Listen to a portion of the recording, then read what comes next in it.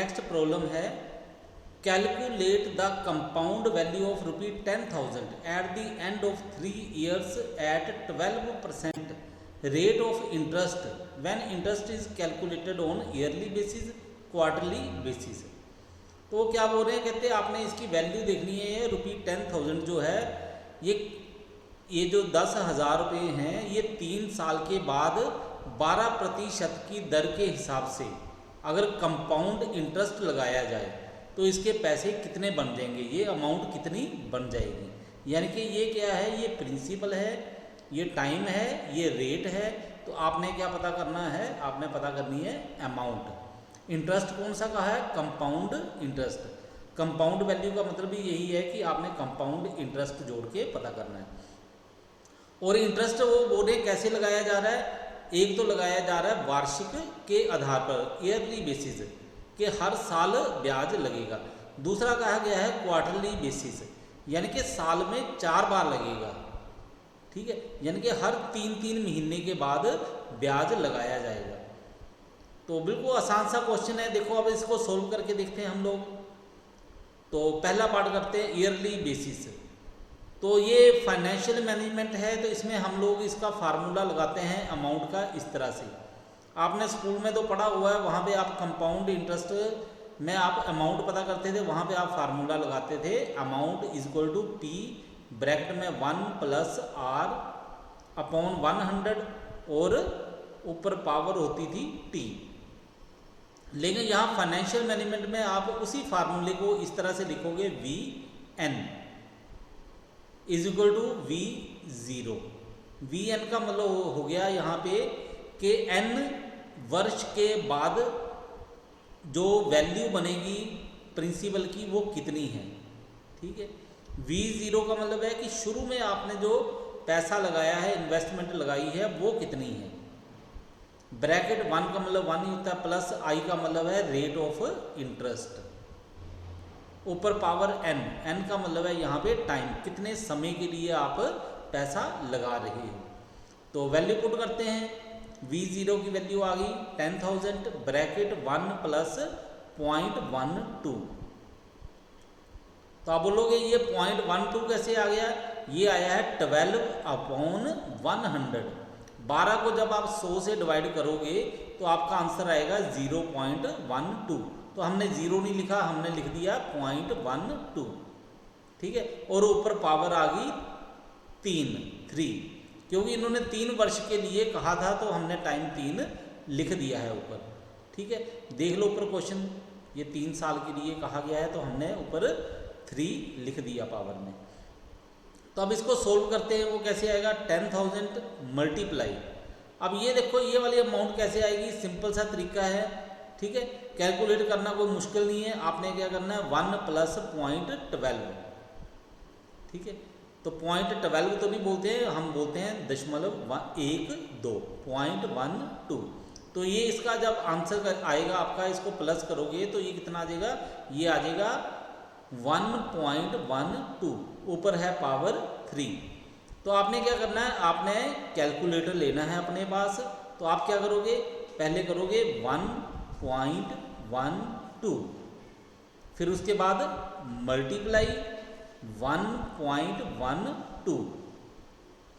ठीक है, आपने 2 बार नंबर लिख दिया, इसके बाद आपने करना है इज इक्वल टू।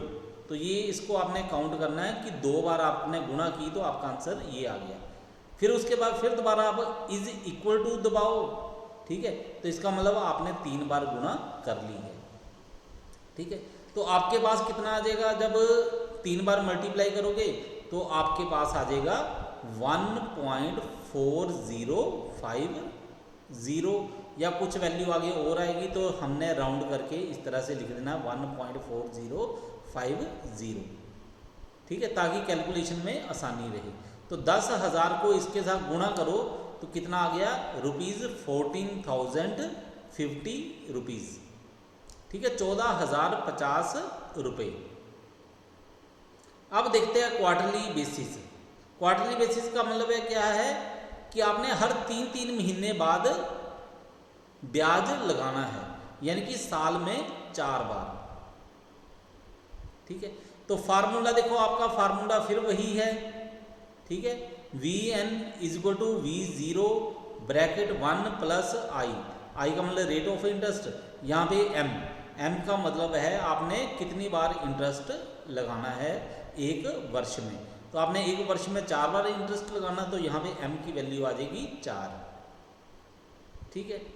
M4 आ गया मल्टीप्लाई एन, तो कितने कितने समय के बाद लगाना है आपने, ठीक है। तो 3 बार, 3 महीने बाद लगाओगे आप, टाइम कितना है 3 महीने, हर 3 महीने बाद लगाओगे, तो n यहाँ पे आ जाएगा 3।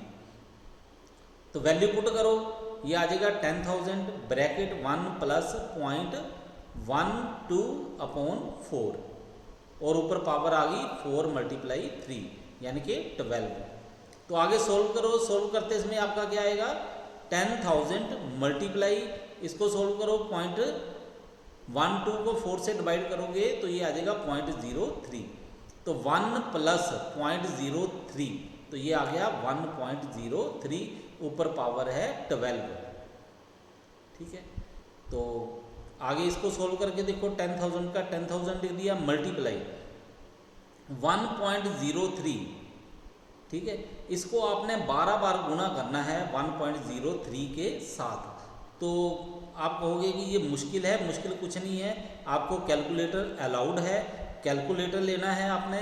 तो जैसे आपको पिछले पार्ट में बताया है बिल्कुल उसी तरह से आप क्या करोगे, पहले लिखोगे कैलकुलेटर में 1.03, उसके नेक्स्ट मल्टीप्लाई, फिर करोगे आप 1.03, फिर उसके नेक्स्ट आप क्या करोगे इज इक्वल टू, ठीक है, बराबर वाला की जो है उसको दबाओगे आप, ठीक है। तो इसका मतलब है आपने कैलकुलेशन कितनी बार कर ली है, यानी कि कैलकुलेट कितनी बार कर लिया है, या 1.03 को कितनी बार मल्टीप्लाई किया 1.03 के साथ, वो किया आपने 2 बार, यानी कि आपने 2 बार इस नंबर को लिख दिया। इज इक्वल टू करके आपका जो आंसर आएगा वो आएगा 2 बार का, ठीक है, यानी कि आपका टाइम जो है वो 2 बार आ चुका है, 2 आ गया। फिर इज इक्वल टू करो, अब आएगा 3, फिर is equal to 4, is equal to 5, is equal to 6, is equal to 7, is equal to 8, is equal to 9, is equal to 10, is equal to 11, is equal to 12। और जब आप 12 में देखोगे तो आपके कैलकुलेटर में ये वैल्यू लिखी होगी 1.425760886881। तो हमने क्या करना है, इसको सिंपल करने के लिए इसको राउंड कर लेते हैं। राउंड करके क्या आएगा हमारे पास 1.4250 कर सकते हैं, लेकिन 0 नहीं करना हमने, आसान करने के लिए, इसको बढ़िया करने के लिए, क्योंकि इसके आगे वैल्यू ज़्यादा है, 7 है, यहाँ पे 6 है, तो इसको हम इस तरह से कर लेते हैं 1.4260, ठीक है।